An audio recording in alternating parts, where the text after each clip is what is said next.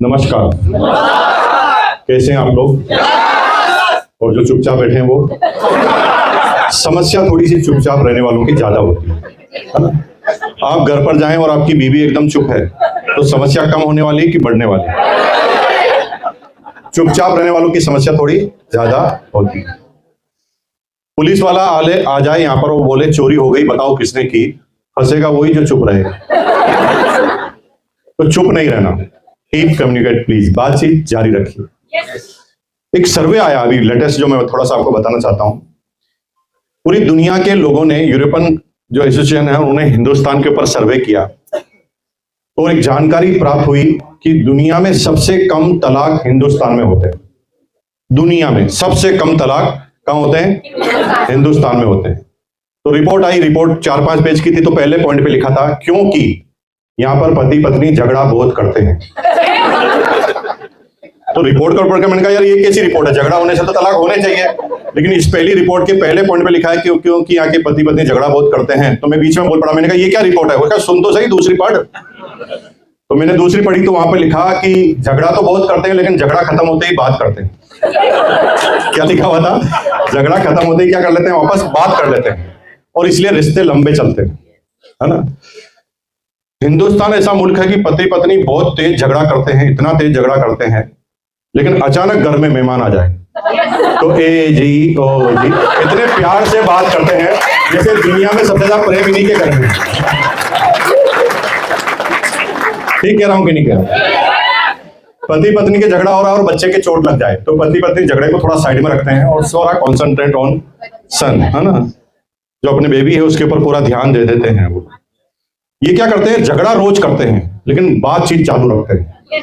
जैसे दिन भर झगड़ा किया, शाम को फिर बात कर लेते हैं, फिर झगड़ा किया, फिर बात कर लेते हैं, तो जीवन लंबा चलता रहता है। तो मैं सारे शादीशुदा जोड़े जो झगड़ा करते हैं उनको बहुत बहुत बधाई देता हूँ कि आपको ये झगड़ा जारी रखना है, कभी भी बंद नहीं करना है ना, कंटिन्यू झगड़ा जारी रखिए। लेकिन झगड़ा खत्म होते ही बात चालू कर दीजिए, ठीक है ना? झगड़े में कोई कमी है तो तलवार लेकर आइए, तलवार से झगड़ा कीजिए, लेकिन बातचीत बाद में चालू करनी। झगड़ा खत्म होते क्या करनी है? बातचीत कंटिन्यू करनी। अगर बातचीत कंटिन्यू करते रहेंगे ना तो जीवन में सारी समस्याओं का हल बातचीत से है। दुनिया के हर महान व्यक्ति ये कहते हैं, देश की बड़ी बड़ी समस्या भी होती है तो कहते हैं बातचीत के जरिए सुलझाओ, है ना? झगड़ा करने का कोई सॉल्यूशन नहीं मिलेगा, बातचीत करेंगे। लेकिन यूरोपियन कल्चर में आप जाएं या वेस्टर्न कल्चर में आप जाएं तो वहां ऐसा नहीं होता। वहां पर क्या होता है? झगड़ा करके दोनों अलग अलग कमरे में सो जाते हैं। फिर क्या होता है? दोनों एक दूसरे के बारे में कुछ भी सोचते हैं। जब कुछ भी सोचते हैं तो सोचने की कोई सीमा नहीं होती, और जब सीमा नहीं होती तो झगड़ा फसाद का रूप ले लेता है। इतनी दूरियां बढ़ जाती है कि तलाक हो जाता है, और वहां तलाक करना भी बड़ा आसान है। एक लाइन में बोलना पड़ता है ब्रेकअप। दोनों समझ जाते हैं कि दोनों को अलग अलग। बातचीत जारी रखेंगे, मैं आपसे पूछूंगा तो जवाब देंगे। कैसे हैं आप लोग? अभी भी कुछ लोग नहीं बोल रहे। देखिए, जब आप कुछ नहीं बोलते हो ना तो सामने वाले को ये मौका देते हो कि वो तुम्हारे बारे में कुछ भी सोच ले। मैंने आपसे पूछा आप कैसे हैं और आप चुप हैं, तो फिर मैं कुछ भी सोच सकता हूं, मेरे को थोड़ी रोक सकते हो आप। मैंने पूछा आप कैसे हैं, आप चुप हैं, तो मुझे लग रहा है इसकी बीवी ने इसको मारा होगा। मेरे को थोड़ी रोक सकते हो आप, मैं कुछ भी सोच सकता हूं। लेकिन ये मैं कब सोचता हूं? तुम चुप रहते। अगर जवाब दोगे तो फिर कुछ भी सोचूंगा नहीं। कैसे हैं आप लोग? भाई बहुत बहुत धन्यवाद। मेरा नाम मुकेश कोठारी है और मैं भीलवाड़ा से आया हूं। राजस्थान की एक छोटी सी सिटी है, टेक्सटाइल सिटी के नाम से जानते हैं। 1973 में मेरा जन्म भीलवाड़ा में हुआ। मेरी पूरी एजुकेशन भीलवाड़ा की थी। आई एम सिंपली बीकॉम, ज्यादा पढ़ा लिखा नहीं हूं। यहाँ पर कई लोग होंगे जो मेरे से ज्यादा पढ़े लिखे होंगे, मैं प्रणाम करता हूं उनको, और जिंदगी भर कोशिश करूंगा कि मैं आपसे सीखूं। लेकिन मुझे यहाँ पर बुलाया गया सिखाने के लिए, क्योंकि हर व्यक्ति गुरु है। तुम भी गुरु, मैं भी गुरु, हो जाते हैं शुरू। फिर कौन रोक सकता है? जब गुरु तुम भी हो, हम भी हैं, फिर कोई रोक नहीं सकता। प्रॉब्लम तब आती है जब एक व्यक्ति अपने आप को गुरु मान लेता है, सबको चेले समझ लेता है, वहीं पर समस्या चालू हो जाती है। आरसीएम के बारे में हम ज्यादा जानते हैं तो आरसीएम के गुरु हम हैं। जीवन के बारे में आप ज्यादा जानते हैं तो जीवन के गुरु आप हैं। और गुरु कभी एक बनाना ही नहीं चाहिए। गुरु एक बनाओगे तो गुरु की अच्छाइयों के साथ बुराइयां भी हमारे अंदर आएगी। तो गुरु कभी एक नहीं बनाना। गुरु किसको बनाना? सबको गुरु बनाना, सबको। जो भी सामने आ जाए गुरु बनाना है, और फिल्टर लगाना है दिमाग पर, और बार बार सोचना है कि मुझे इससे क्या सीखना है। जो सीखना है वही सीखूंगा, जो नहीं सीखना है वो नहीं सीखूंगा। तो मेरी अपलाइन ने हमेशा कहा है कि सीखना चाहो सीखना चाहो तो नाली में पड़ा हुआ शराबी भी सिखा देता है, इतनी नहीं पीनी चाहिए। तो हम तो शराबी को भी सैल्यूट करते हैं। मैंने कहा भैया डेमो पहले करके बता दिया तूने, नहीं तो मेरी हालत खराब हो जाती है। तो शराबी भी गुरु बन सकता है, बच्चा भी गुरु बन सकता है। परिस्थिति के हिसाब से हर व्यक्ति गुरु होता है। बस फर्क इतना है कि जैसे आप IAS अफसर हैं और आपको रोटी बनाना सीखना है तो हमारी बहन से ही सीखना पड़ेगा। वहां पर गुरु वो है। जीवन में दूसरी जगह गुरु आप हो सकते हैं। सभी गुरु मानिए और सभी अपने आप को स्टूडेंट मानिए, समस्या ही खत्म। ठीक है जी। तो आप भी गुरु, हम भी गुरु, तो हो जाए शुरू। फिर कोई दिक्कत नहीं। अब कोई ईगो तो नहीं रहा ना आपका, यार ये मुकेश कोठारी मुझे क्या सिखाएगा? नहीं सिखा सकता भाई, मुझे अच्छी तरह पता है, तुम भी तो गुरु हो। थोड़ा बहुत मैं जानता हूँ, थोड़ा बहुत तुम जानते हो। नैया पार लगा देंगे ना, जब आगे आगे चलते जाएंगे नैया पार हो जाएगी। तो 1973 में जन्म के बाद अपनी इंटर एजुकेशन लेने के बाद एक प्राइवेट नौकरी से मैंने अपना इकोनॉमिकल करियर चालू किया था और मेरी पहली सैलरी थी 750 रुपए, 750 रुपीज ओनली। 750 रुपए की नौकरी मुझे क्यों करनी पड़ी? क्योंकि पिताजी करोड़पति थे। यस।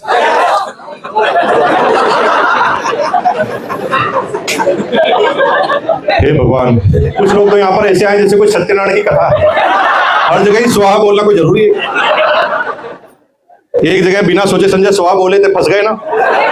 वो फेरे में बैठे थे ना, तो पंडित पता नहीं क्या गुड़ गुड़ गुड़ गुड़ स्वाहा, तो और लाइन तो सुन ही नहीं रहे, स्वाहा ही कर रहे, फंस गए। वो बिल्कुल क्लियर कट कह रहे थे, भाई आप रोने वाले हो, तुमने कहा स्वाहा।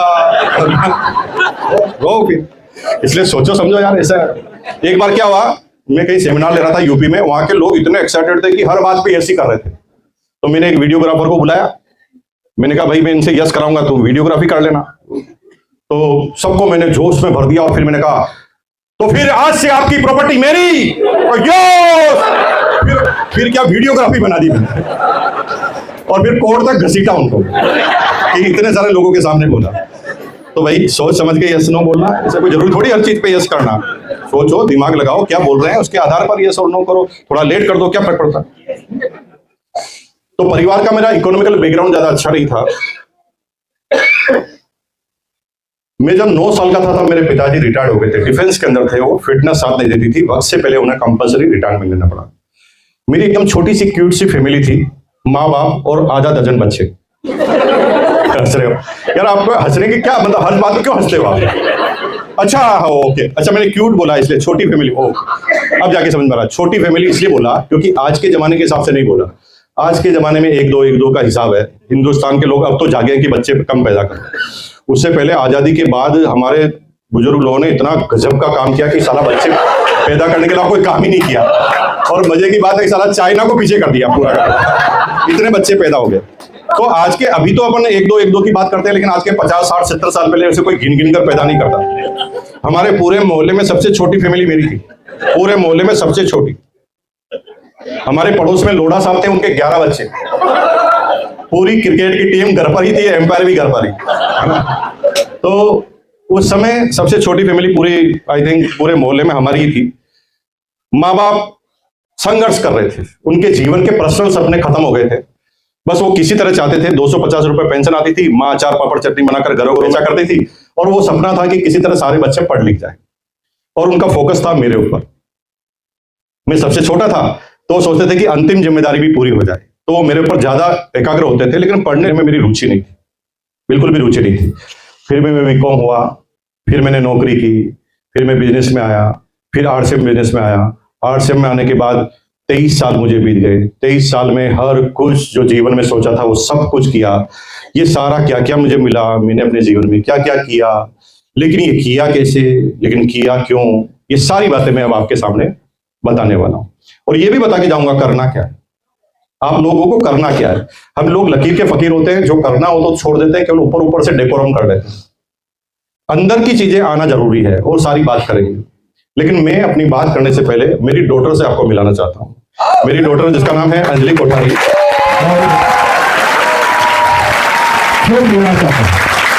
उद्देश्य समझ लीजिए मेरा, आप में से सब लोग आरसीएम में उससे ज्यादा जानते हैं, क्योंकि उसने तो आरसीएम ज्वाइन किया अभी मार्च में। तो आप में से किसी भी व्यक्ति को वो आरसीएम नहीं खा सकते, क्योंकि आरसीएम में आपका नॉलेज उससे ज्यादा है। लेकिन आपने आरसीएम ज्यादा किया है, उसने आरसीएम देखा ज्यादा है, क्योंकि वो 24 साल की है और आरसीएम 23 साल का है। 23 साल से मुझे आरसीएम करते हुए देख रही है। जब वो 1 साल की थी, होश संभाला ना, तब से वो जानती है कि पापा कब उठते थे, कब जाते थे, लोग कैसे आते थे, वो कैसे रिएक्ट करते थे, पूरे दिन में क्या काम करते थे, स्कूटर पर कैसे उड़ भाग करते थे, सर्दी गर्मी में क्या होता था, पता मिली तो क्या हुआ। ये इतनी बारीकी से वो सारी ज्यादा चीजें जानती थी। लेकिन कहते ना कि दिए तले अंधेरा, तो हम पूरी दुनिया को समझा रहे थे, लेकिन घर वाले नहीं समझ रहे थे। बच्चों को क्या समझ में आता वो हमें पता नहीं था। तो बच्चे हमसे दूर होते जा रहे थे, इतने दूर हो गए कि उन्होंने इकोनॉमिकल क्राइसिस तो कभी देखी नहीं।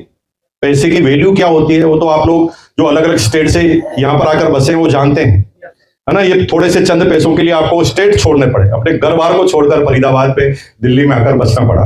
तो पैसों की वैल्यू ये बच्चे जो अच्छे जगह पर पैदा हुए हैं उनको पता नहीं, क्योंकि जब वो 2 साल की थी तो ना, मेरा आरसीएम बिजनेस का 1 महीने का कमीशन 2,85,000 का था। 1 महीने का 2,85,000 का, जब वो 2 साल की थी। तो इकोनॉमिकल क्राइसिस क्या होता है उन्हें पता नहीं है। मेरी पूरी इंटायर एजुकेशन हुई है 5 रुपए सालाना फीस में। गवर्नमेंट स्कूल के अंदर 5 रुपए सालाना फीस लगती थी, उसमें मेरी एजुकेशन हुई। और जब वो 2nd, 3rd, 4th क्लास में पढ़ती थी तो उसकी फीस थी 7 लाख रुपए पर ईयर। अभी के हिसाब से बात करें, 2002 के बाद अभी के हिसाब से बात करें तो 25 लाख रुपए पर ईयर, इतनी फीस में स्कूलिंग की। बिट्स पिलानी के अंदर उसकी पूरी इंटायर एजुकेशन हुई बिल्डा इंटरनेशनल स्कूल के अंदर। 12th किया उसने, फिर अमेरिकन इंस्टीट्यूट से फैशन कम्युनिकेशन की डिग्री की। एक होता है फैशन डिजाइनर, एक होता है फैशन कम्युनिकेशन। डिजाइनर मतलब कपड़े बनाना, कम्युनिकेशन मतलब कपड़े की मार्केटिंग करना। तो फैशन कम्युनिकेशन की डिग्री ली, फिर उसने जॉब चालू किया मुंबई में, पीआर का, पब्लिक रिलेशनशिप ऑफिसर का जॉब चालू किया, फिल्मी सेलिब्रिटी का। तो शाहिद कपूर, अनिल कपूर, प्रियंका चोपड़ा, इन सब की वो पीआर रही है। पीआर का मतलब क्या पहले समझ लीजिए। पब्लिक जो होती है ना उसके अंदर एक सेलिब्रिटी की इमेज कैसी हो, ये पीआर डिसाइड करता है ना। पीआर कहता है ऐसा ऐसा करो ताकि पब्लिक आपके बारे में ये सोचेगी। जैसे नरेंद्र मोदी जी को आपने कोविड में दाढ़ी बढ़ाते हुए देखा कि नहीं देखा? इतनी बड़ी दाढ़ी कर ली थी उन्होंने। ये उनका आइडिया नहीं था, वो उनके पीआर का आइडिया था। पीआर ने उन्हें समझाया कि कोविड में सब लोग परेशान हैं, नौकरियां छिन रही है, रोजगार जा रहे हैं, भूखे मर रहे हैं लोग बाग, मर रहे हैं लोग बाग, और तुम अगर दाढ़ी बनाकर घूमोगे तो लोगों को तुम्हारे पर गुस्सा आएगा, दाढ़ी बढ़ा लो। और उन्होंने दाढ़ी बढ़ाकर मैसेज दे दिया, भाई और बहनों दुखी तुम अकेले नहीं हो, मैं भी हूं, देखो दाढ़ी बढ़ा। ये पीआर का काम होता है। पद्मावत फिल्म आपने देखी? तो पद्मावत फिल्म में फिल्म रिलीज होने से पहले, फिल्म की शूटिंग होने से पहले केस हो गए। अरे भाई अभी फिल्म में है ही क्या यही पता नहीं है, तो पहले कैसे केस हो सकते हैं? तो मजे की बात यह है, केस होते नहीं, पीआर के द्वारा करवाए जाते हैं। पब्लिक ताकि सोचे कि इसके अंदर कोई खास बात है। केस हुआ इसका मतलब इसको देखना ही। कहीं पर भी 2 आदमी झगड़ा करते हैं तो हमारी आदत क्या होती है, हम सुनते हैं झगड़ा क्यों हो रहा है ना। क्योंकि जब तक क्यूरियोसिटी पैदा नहीं करते तब तक आदमी हिट नहीं होता। तो हर सेलिब्रिटी के, फिल्मी सेलिब्रिटी, जितने भी सितारे हैं, राजनीतिक सितारे हैं, सबके पीआर होते हैं। और वो पीआर ये डिसाइड करते हैं कि पब्लिक में इसकी क्या बात जाननी चाहिए, क्या चीजें अखबार में छपनी चाहिए। वो अखबार वालों को भी कंट्रोल करते हैं पीआर वाले। तो पीआर की जॉब की, जब वो ट्रेनिंग पीरियड में थी तब 1 लाख सैलरी थी। पहले साल जब वो ट्रेनिंग पीरियड में थी तब 1 लाख रुपए पर मंथ की सैलरी थी। 10 साल वो पीआर में काम करती तो 15 लाख रुपए पर मंथ कमा लेती। लेकिन 2 साल जॉब करने के बाद उसे अच्छी तरह पता चल गया कि नौकरी क्या है, ये फिल्मी सितारों की चकाचौंध क्या है। और 2 साल नौकरी करने के बाद वो आरसीएम बिजनेस में आई। अभी फुल टाइम आरसीएम बिजनेस के अंदर है। और वो क्यों आई? इतनी बड़ी जॉब छोड़कर, सब कुछ उसके पास था, है ना, सारा इंफ्रास्ट्रक्चर उसके पास था, फिर उसे क्या जज गई, वो क्या सोचकर इसमें आई। अभी सबसे बड़ा चैलेंज क्या है, जो यंग जनरेशन के लोग हैं ना, उनके सोचने का नजरिया अलग है। वो चकाचौंध में रहते हैं, वो आईआईटी इंजीनियर करेंगे, डॉक्टर करेंगे, इंजीनियर बनेंगे। उनको पता नहीं कि कितने बड़े पापड़ बेलने पड़ने सकते हैं आपको वहां पर जाने के बाद। और जितनी भी जगह पर आप पढ़े लिखा करके आगे पहुंचेंगे ना, वहां पर आपको कहीं ना कहीं किसी न किसी के बोझ के नीचे ही काम करना पड़ेगा। आप आजादी की जिंदगी नहीं जी सकते। लेकिन उसे 2 साल में यह महसूस हुआ। आइए हम जानते हैं उसी की जवानी। मैंने आपको जैसा बताया कि मेरी पढ़ाई लिखाई का रुचि नहीं हुआ करती। तो रुचि किसमें हुआ करती थी? मेरी एज में सारे बच्चों की रुचि gilli danda, cricket, volleyball, football में हुआ करती थी। और मेरी रुचि थी पैसे कमाने। और कौन सी क्लास में? 6ठी क्लास में। अब 6ठी क्लास में मुझे पैसे गिनना भी नहीं आता था, लेकिन पैसों में रुचि क्यों थी? क्योंकि माँ बाप के अंदर जब भी झगड़ा होता था तो उसकी वजह पैसा होती। मतलब पिताजी माताजी झगड़ा क्या करते थे, तुमने बजट बिगाड़ दिया, पैसे कम पड़ गए, अब ये पैसे कहां से आएंगे? पैसे पैसे पैसे पैसे। तो मैं 6ठी क्लास में सोच रहा था यार ये मुकेश कोठारी पैसा कमाना है, खूब सारा पैसा कमाना। मेरे किसी भी समय एक भी बच्चा जब इस बारे में नहीं सोच रहा था, तब मैं पैसों के बारे में सोच रहा था। और 6ठी क्लास में मैंने सोच लिया कि पैसे कमाने हैं, तो पैसे कमाने के दो तरीके मुझे पता लगे दुनिया के द्वारा कि या तो नौकरी कर लो या बिजनेस कर लो। तो मेरे पास दो निर्णय है, नौकरी करना है कि बिजनेस करना है। तो मैंने मोहल्ले का सर्वे किया, तो मुझे क्या पता लगा कि जो भी नौकरी करते थे उनके पास साइकिल थी और जो बिजनेस करते थे उनके पास स्कूटर था। तो एक छोटे बच्चे के लिए ये काफी है। मैंने सोच लिया बचपन में ही कि करूंगा तो बिजनेस ही, करूंगा तो बिजनेस ही। अब बिजनेस करना है तो किस चीज का करना है? 90% लोग इसलिए नाकामयाब नहीं होते कि उनके अंदर दिमाग की कमी है। दिमाग की वजह से नाकामयाब नहीं होते, नाकामयाब होते हैं गलत चयन से। गलत चयन से अपने समय, स्थान और परिस्थिति के हिसाब से आपको बिजनेस का चयन करना पड़ता है, लेकिन हम लोगों की चकाचौंध में बिजनेस का चयन कर लेते हैं। जो हमारा कल्चर का काम नहीं है उसमें भी हम उसको चयन कर लेते हैं। मैं एग्जांपल देता हूं, क्लियर हो जाएगा। सन 2000 में मुकेश कोठारी और मेरे दोस्त दोनों ने डायरेक्ट सेलिंग कंपनी ज्वाइन की थी। मेरा दोस्त था, उसने भी डायरेक्ट सेलिंग कंपनी ज्वाइन की, मैंने भी ज्वाइन की। उसने एक कंपनी का चयन कैसे किया जो दुनिया की सबसे बड़ी कंपनी थी, जो दुनिया के 80 देशों में काम कर रही थी, 70,000 करोड़ जिसका टर्नओवर था, उस कंपनी को उसने ज्वाइन कर लिया। वो कंपनी बाहर की थी, अमेरिकन कंपनी थी। उसका टूथपेस्ट ही 400 रुपए का आता था। 400 रुपए का टूथपेस्ट आता था। तो उसने प्रोडक्ट पर ध्यान नहीं दिया, अपनी परिस्थिति, अपने समय, अपने स्थान, अपने दोस्तों पे ध्यान नहीं दिया, अपना सर्कल क्या उस पर ध्यान नहीं दिया। उसने कहा मैं दुनिया की सबसे बड़ी कंपनी करूंगा। और हुआ ये कि वो शुरू में 2-4 बार तो जबरदस्ती किसी को टूथपेस्ट देकर आ गया, लेकिन उसके बाद उसके कोई ग्राहक ही नहीं बने, क्योंकि पूरे मोहल्ले में एक भी आदमी ऐसा नहीं था जो 400 रुपए का टूथपेस्ट खरीद ले। क्योंकि पूरे मोहल्ले में 400 रुपए पर डे सैलरी वाला आदमी नहीं था, और ये टूथपेस्ट 400 का बेच रहा था। तो उसकी परिस्थिति, उसके सर्कल ने उसे नाकामयाब कर दिया। और मैंने बिजनेस चालू किया, एक ऐसी कंपनी जिसके पास कोई अनुभव नहीं था, लेकिन वो एक ऐसे बेसिक प्रोडक्ट को लेकर आई मार्केट में जिसको कपड़ा कहते थे, और कपड़ा हर व्यक्ति पहनता था, और एक रीजनेबल प्राइस में लेकर आई थी। और मेरा बिजनेस तेज गति से चलने लगा, क्योंकि मेरे सर्कल के सारे लोग कपड़ा पहनते थे। और आपके तो मैंने एक ऐसा बिजनेस का चयन किया जो सब लोग करते थे और करना मजबूरी था। मेरा बिजनेस चल पड़ा। मेरे भाई, चयन आपको करना पड़ेगा, आपकी परिस्थिति, आपके समय के हिसाब से। तो बिजनेस क्या करूं? मैं अपने परम मित्र के पास गया और मैंने उससे पूछा, परम मित्र कौन है? पहले इसे समझ लीजिए। परम मित्र होता है हमारा अपना दिमाग, लेकिन हम परम मित्र समझते हैं पड़ोसी को। पड़ोसी किसी और का भी दोस्त हो सकता है, लेकिन आपका दिमाग आपके अलावा किसी का दोस्त नहीं होता। आपका दिमाग पड़ोसी के लिए काम नहीं कर सकता। और मजे की बात है, आपके दिमाग के पास अपना दिमाग भी नहीं होता, वो केवल आप ही का दिमाग होता है। और मजे की बात है, इससे जो कहो वही करता है। ये एक्स्ट्रा ऑर्डिनरी कोई अलग से काम नहीं करता, इसको जो कमांड देते हैं वही करता है। एग्जांपल देता हूं, क्लियर हो जाएगा। जैसे आपने बिजनेस किया, बिजनेस में लॉस हो गए, आप दिवालिया हो गए। अब सब लोग पैसा मांगते हैं आपसे, तो आप क्या करते हैं? पैसा मांगने से इतने परेशान हैं कि आप रात को लेट घर पर आते हैं, सुबह जल्दी निकल जाते हैं ताकि किसी को नजर ना आए। एक दिन आप रात को 1 बजे आकर सोए, नींद इतनी तेज लगी कि सुबह 7 बजे खुली, जाना 5 बजे था, लेकिन नींद 7 बजे खुली घंटे की आवाज से, टिंग टांग। जब घंटे की आवाज देखी तो आपने थोड़ा सा खिड़की को धीरे से खोला और देखा तो लाला पैसे मांगने के लिए आया था। आप डर गए, आप परेशान हो गए, पसीना आ गया, और आपने अपने परम मित्र से पूछा। परम मित्र कौन है? दिमाग से पूछा, अरे लाला पैसे मांगने आ गया, कैसे बचूं? पूछा आपने, कैसे बचूं? अब इसका कोई दिमाग नहीं है, ये फिर रिसर्च करेगा। आपने जो पूछा उसका तुरंत जवाब देगा, कैसे बचूं? तो इसने कहा भाग जा। आप जो पूछोगे वही तो जवाब देगा। आपने कहा कैसे बचूं? उसने कहा भाग जा। अरे कैसे भागूं? गेट पे तो लाला है। ये कहता खिड़की से भाग जा।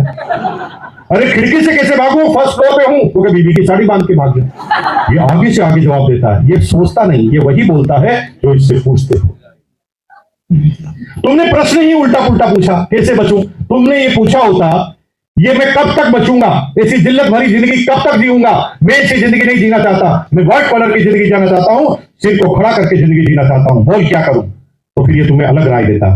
ये फिर कहता कि भाई अगर तूने बिजनेस में लॉस किया है, तेरे से गलती हुई है, लोगों का पैसा डूबा है, लोगों को हताहत किया है, तो लोगों की तुझे सुनना पड़ेगा। जा, उसके गुस्से को सहन कर, वो गाली बके तो सुन, उसके सामने गर्दन झुका और धीरे और प्यार से पूरी बात सुनने के बाद उसे कहना, लाला जी मुझे पता है कि मेरा लॉस हुआ है, लेकिन मैं बेईमान आदमी नहीं हूं, मैं एक एक पैसा वापस आपका चुका सकता हूं, गलत समय के धार में मैं फंस गया हूं, थोड़ा मुझे समय दोगे, थोड़ा सा पैसा और उधार दोगे तो फिर मैं एक नया बिजनेस करूंगा और मैं तुम्हारा एक एक पैसा वापस लौटा दूंगा। हेलो।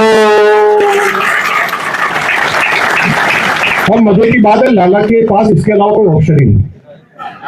लाला तुम्हें मार देगा तो 1 भी रुपया नहीं मिलेगा, तुम्हें जिंदा रखने में ही उसका फायदा और उसका अलग से फायदा नहीं। तो जो पूछोगे वो जवाब देगा, गलत पूछोगे तो गलत जवाब मिलेगा, सही पूछोगे तो सही जवाब मिलेगा। तो मैंने परम मित्र के पास गया, मैंने कहा भाई क्या बिजनेस करूं? तो परम मित्र ने कहा भाई तेरे सारे ग्राहक कौन से? मैंने कहा सारे ग्राहक मेरे 6वीं 7वीं 8वीं क्लास के बच्चे। तो सारे 6वीं 7वीं 8वीं क्लास के बच्चे किस लिए काम करते हैं? क्या पतंग उड़ाते हैं। तो मैंने कहा फिर पतंग का बिजनेस कर ले। दिमाग नहीं का, पतंग का बिजनेस कर ले, क्योंकि सारे बच्चे पतंग उड़ाते हैं। पतंग का बिजनेस करना ठान लिया, लेकिन पता चला कि पतंग के बिजनेस करने के लिए पैसा चाहिए, पूंजी चाहिए। तो पूंजी कहां मिलेगी? सब लोगों से मांगी, सबने मना कर दिया, बहुत छोटा अभी कहां पैसा करेगा, मना कर दिया। तो अपने परम मित्र के पास गया और मैंने कहा यार कोई पैसा नहीं देता, कहां से लाऊं पैसा? तो परम मित्र ने कहा कोई देगा भी नहीं, तेरी एज ही नहीं है, तेरे अंदर वो सिंसियरिटी नहीं कि तुझे कोई पैसा देगा, तुझे कोई पैसा नहीं देगा, तुझे तेरा पैसा खुद इकट्ठा करना पड़ेगा। क्या कैसे करूं? वो खाता ना रोज टॉफी, मत खा। उसने ही आइडिया दे दिया और मैंने उस दिन से टॉफी खाना बंद कर दिया। 3 महीने तक एक भी टॉफी नहीं खाई। धीरे धीरे ये खबर पूरे क्लास में फैल गई। क्लास के बच्चों ने मेरा नाम रख दिया कंजूस मक्खी चूस, क्योंकि मैं जब उनके सामने टॉफी नहीं खाता था तो उन्होंने नाम रख दिया। उसी तरह आपके पड़ोसी को पता नहीं है जब सुबह टाई पहनकर आप निकलते हैं तो ये क्या करने जा रहा है, तो वो भी तुम्हारा नाम रख देता है आरसीएम आ रहा है, आरसीएम जा रहा है। बेचारे उसको भी पता नहीं है, मेरे दोस्तों को भी पता नहीं था। उन्होंने कहा ये कंजूस मक्खी चूस है, उसे मेरा उद्देश्य पता नहीं था। लेकिन मैं परेशान नहीं होता था, क्योंकि मेरा टारगेट मेरे सामने था, पैसे इकट्ठे करने थे, पतंग की दुकान लगानी थी। लेकिन कुछ लोगों का जन्म ही आपके जीवन को परेशान करने के लिए ही होता है। खास तौर से मेनका का नाम आपने सुना होगा। वो तपस्या भंग करने के लिए ही आते हैं। वो भगवान अल्लाह के द्वारा भेजे जाते हैं कि जा बेटा इसको जाकर परेशान कर, कितना जल्दी तू परेशान कर सकता है। मेरे लिए भी भगवान ने एक बच्ची को जन्म दिया था जिसका नाम था ललिता राजपूत। वो मेरी क्लासमेट हुआ करती थी। उसको पता चल गया कि मैं टॉफी नहीं खाता हूं, तो उसको मुझे चिढ़ाने में बहुत मजा आता था। वो अपने ज्योमेट्री बॉक्स में हमेशा एक लॉलीपॉप रखा करती थी। अपने ज्योमेट्री बॉक्स में हमेशा एक लॉलीपॉप रखा करती थी। जुई में उसके सामने जाता था और रेपर खोलकर मेरे सामने चाटती थी। और मेरे जाते ही रेपर लगाकर वापस ज्योमेट्री बॉक्स में रखती थी। मेरे लिए 1 महीना चलाती थी। उसके जीवन में और कोई टारगेट ही नहीं था, मैं बस इसको परेशान करना। आपके जीवन में भी ऐसे ही कई चंपालाल आएंगे तो आपको परेशान करेंगे। चिंता मत करना, सबके साथ हो। गुस्सा आता है जब कोई आदमी ज्यादा बहसबाजी करता है। तो ललिता राजपूत मुझे चिढ़ाती थी, तो भगवान कसम इतना गुस्सा आता था कि ललिता की बच्ची को बताऊं कि मेरे पास कितने पैसे हैं, साले तेरे से ज्यादा पैसे मेरे पास है और तेरे से बड़ी टॉफी खा मैं सकता हूं। और मैं टॉफी लेने के लिए जाता था, तभी अचानक मेरा टारगेट मुझे याद आता था। मैंने कहा यार मैं किस जगह फंस गया हूं, ललिता से मुझे कौन सी सगाई करनी है, हट मुझे क्या लेना देना इससे। मैं अपने टारगेट पर अड़िग हो जाता। समझाना चाहता हूं, जीवन में टारगेट रहेगा तो भटकोगे नहीं, और टारगेट नहीं रहेगा तो कोई भी आदमी आपको टारगेट बना लेगा। मशीन गड्ढा खोद रही थी, जैसी भी मशीन गड्ढा खोद रही थी तो 100 आदमी केवल गड्ढे को खोदते हुए देख रहे। जैसी भी मशीन अंदर जाती वो पूरी गर्दन को अंदर ले जाती, जैसी भी मशीन बाहर आती वो पूरी गर्दन को बाहर लाती, और 100 आदमी ऐसा कर रहे थे। पता क्यों? क्योंकि वो जीवन में कोई टारगेट लेके निकले ही नहीं। तो जैसी भी मशीन टारगेट बना दिया। मैं नहीं रुका, मेरी बस वाला नहीं रुका, क्योंकि उसे दिल्ली आना था। जिसको ऑफिस जाना था वो नहीं रुका, जिसको स्कूल जाना था वो नहीं रुका। रुका वही जिसके पास कोई काम नहीं था। काम नहीं रहेगा तो कोई भी भटका देगा। तो मैंने 1 रुपया 60 पैसा इकट्ठा कर दिया 1 साल में, क्योंकि सप्ताह में एक बार 5 पैसे 7 पैसे मिला करते थे। 1 रुपया 60 पैसा 1 साल लग गया। होलसेलर के पास गया पतंग लेने के लिए, तो होलसेलर ने कहा इतनी छोटी डील नहीं करते, मिनिमम 3 रुपए चाहिए। तो मैं अपने भाई के पास गया, मैंने कहा भाई तेरे पास भी 1 रुपया 60 पैसा इकट्ठा हो गया, तू मुझे दे दे। उसने मुझे दिया कि नहीं दिया ये प्रश्न है ही नहीं। उसने मुझे दिया कि नहीं दिया ये नहीं प्रश्न है, प्रश्न यह है कि उसने इकट्ठा क्यों किया। भाई मैंने तो पतंग की दुकान लगानी थी, उसको तो कुछ लगाना ही नहीं था, फिर उसने इकट्ठा क्यों किया। जीवन में संगत का असर होता है, जैसी संगत वैसी रंगत। हमारी बहनें यहां पर बैठी है, अगर आपकी कोई फ्रेंड खाना बनाने की कला में निपुण है और आप पूरे दिन भर उसके साथ रहते हैं, तो आपके मन में वो भावनाएं आएगी ही आएगी, और खाना बनाना आप सीखेंगे ही सीखेंगे, पकवान बनाना आप सीखेंगे। आप आवारा मवाली के साथ रहे और मवाली जैसे गुण आपके अंदर ना आए, ऐसा संभव ही नहीं। जिन लोगों के साथ रहेंगे वैसे ही तो गुण आएंगे। दिमाग से थोड़ी कामयाब होता है, माहौल से आदमी कामयाब होता है। दिमाग तो झोपड़पट्टी में भी पैदा होता है, लेकिन बेचारे को माहौल नहीं मिलता। सारे बच्चे क्या कहते हैं, बड़े होकर केले का होलसेल कारोबार करेंगे। दिमाग पृथ्वी को बदलने का है, चंद्रमा पर जाने का है, लेकिन आसपास के लोग बड़ा सोचने देते ही नहीं।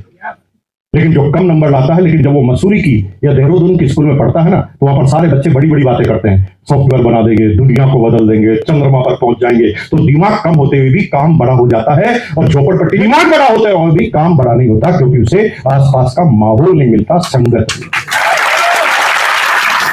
जीवन में बड़ा बनना है तो संगत जोरदार कर लेना। मुकेश कोठारी की संगत ऐसी थी कि 9वीं की क्लास आदमी था, सारे बच्चे काम छोड़ के फ्री हो गए, जल्दी फ्री होकर चाय की केबिन पर जाकर बैठ जाते थे। लेकिन मैं बीसी छाबड़ा जी की संगत में आ गया और मैं उसकी गाड़ी में चिपक गया, और जब मैं उनके साथ बैठने लगा तो उनकी बातें सुनने लगा, उनके लोगों के संवाद को सुनने लगा, तो वो गुण मेरे अंदर आने लगे। और मुकेश कोठारी को निर्माण कर दिया बीसी छाबड़ा जी ने, क्योंकि उनकी संगत में मुकेश कोठारी आ गया। कामयाब होना चाहते हो तो कामयाब लोगों की संगत में चले जाना। कामयाब लोगों की संगत में चले जाना। कामयाब लोग क्या करते हैं? कामयाब लोग ना हमेशा सितारों को छूने की कोशिश करते हैं।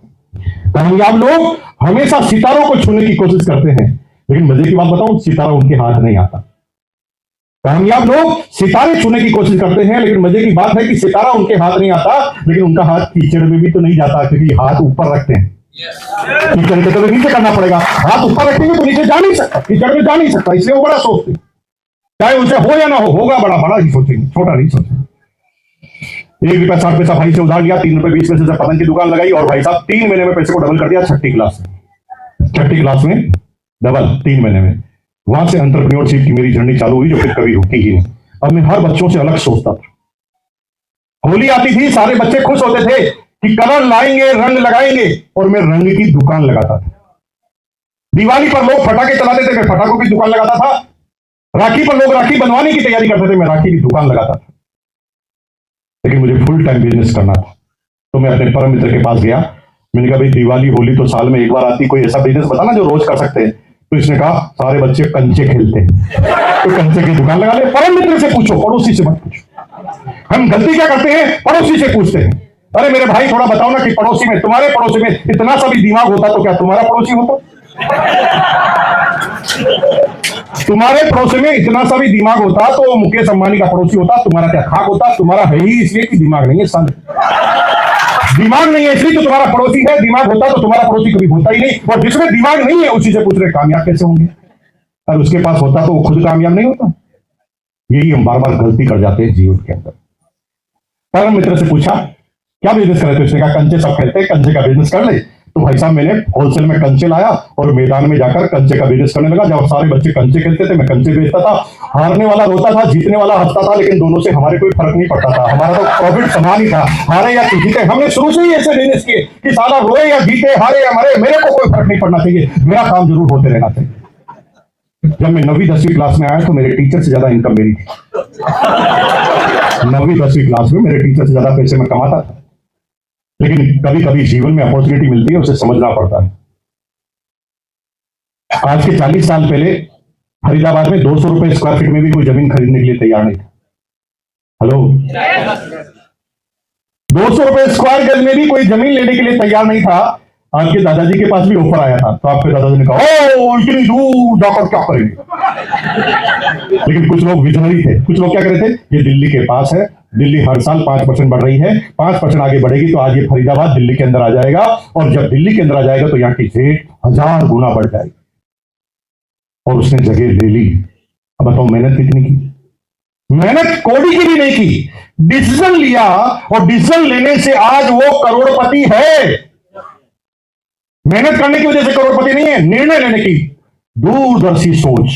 कल क्या होने वाला है उसको आज समझ लेना, और जो वक्त को पहले समझ लेते हैं वही दुनिया के किसी भी क्षेत्र के टॉपर होते हैं। हिंदुस्तान में एलपीजी सिलेंडर की बहुत कमी थी उस समय, एलपीजी सिलेंडर की। तो मेरी मां ने बुकिंग कराई थी और 102 रुपए में सिलेंडर आता था, 102। तो खाली सिलेंडर लेकर जाना पड़ता था और भरा सिलेंडर लेकर आना पड़ता था। तो मेरी मां ने मुझे साइकिल पर सिलेंडर लगा दिया। साइकिल सिलेंडर पकड़ के चला नहीं सकता था, तो पैदल पैदल गया, सिलेंडर पे ट्यूब लगा के, और मैं खाली सिलेंडर लेकर गया। उसको 102 रुपए दिए, गुलाबी कलर की पर्ची दी, उसने मुझे सिलेंडर निकालने की तैयारी की, तभी एक घटना घटी और वहां से मुझे बिजनेस हाथ में लग गया। घटना ये घटी कि एक आदमी आया, उसने कहा भाई साहब नंबर तो नहीं आया लेकिन सिलेंडर चाहिए, बहन की शादी है।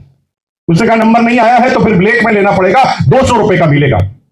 तभी मैंने डिसाइड कर लिया साला सिलेंडर का ही बिजनेस करें, क्योंकि इसमें 100% का मार्जिन है, कोई गाइड करने वाला नहीं था। हमने कहा बिल्कुल सिलेंडर का ही बिजनेस करेंगे। तो हमने उस सिलेंडर वाले से नहीं पूछा सिलेंडर कहां मिलेंगे, हमने परम मित्र से पूछा।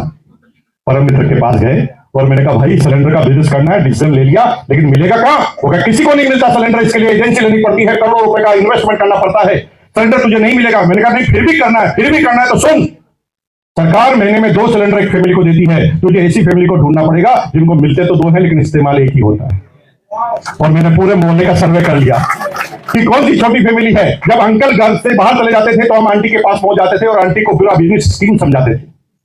मैंने कहा आंटी जी सरकार महीने के कितने सिलेंडर देती है? 2। इस्तेमाल कितना होता है? एक का क्या करते हो? लेते ही नहीं। मैंने कहा यही गलती करते हो, सरकार से ले लो और हमें दे दो तो हम आपको 50 रुपए एक्स्ट्रा देंगे। सबने कहा ऐसा हो सकता है? मैंने कहा हो सकता है। सबने अपना अपना नाम लिखाया और मेरे पास लिस्ट तैयार हो गई सप्लायर की, जिसमें मेरा 1 भी रुपए का इन्वेस्टमेंट नहीं था, बस ये पता था कि सिलेंडर कहां पड़ा है। अब मैं रोज सिलेंडर वाले के पास जाके खड़ा हो जाता, वहां पर कोई भी ब्लैक में लेने आता, वो जो ही 200 रुपए बोलता, मैं उसकी शर्ट खींच के कहता 175 देगा, वो तुरंत राजी होता और मैं सीधा आंटी से मिला देता। आंटी 50 रुपए कमा लेती, मैं 25 रुपए कमा लेता। उस समय 25 रुपए सिलेंडर पे कमाता था जब 7 रुपए लेबर की पूरे दिन की सैलरी होती थी। 7 रुपए पूरे दिन की सैलरी होती थी, मैं 25 रुपए एक सिलेंडर कमा लेता था। 2-2,500 रुपए महीने के कमाता था। जेब हमेशा भरी रहती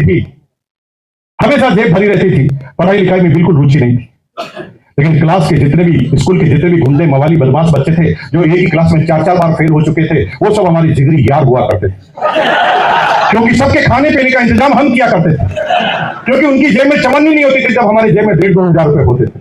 बड़े बड़े मुस्तंड पहलवान जो 4-4 साल से फेल हो रहे हैं, 80-80 किलो वजन हो गया, हमारा वजन था मात्र 42 किलो। हम 42 किलो के तड्डी पहलवान आगे चलते थे और 80-80 किलो के बड़े बड़े पहलवान हमारे पीछे चला करते थे और 80-80 किलो के आदमी आगे आकर बार बार अपनी परफॉर्मेंस बताते थे, मुकेश जी हुक्म करो क्या करना है। अरे भाई ये पैसों में कितनी ताकत होती है तुम्हें पता नहीं है, कौन से आदमी को कहां पर पहुंचा देता है जब जेब में पैसा होता है। जब जेब में पैसा होता है सब पूछेंगे आप कैसे हैं, जब आपकी जेब में थोड़े से पैसे